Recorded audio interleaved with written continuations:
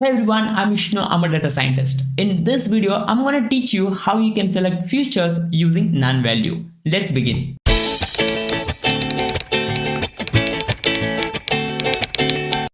The idea is very simple.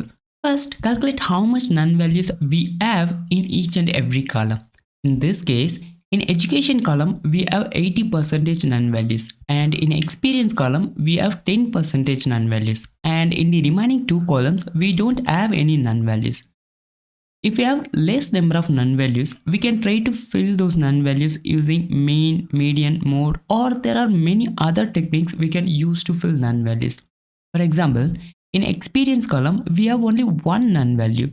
So we can replace this NaN value with the mean value of experience column.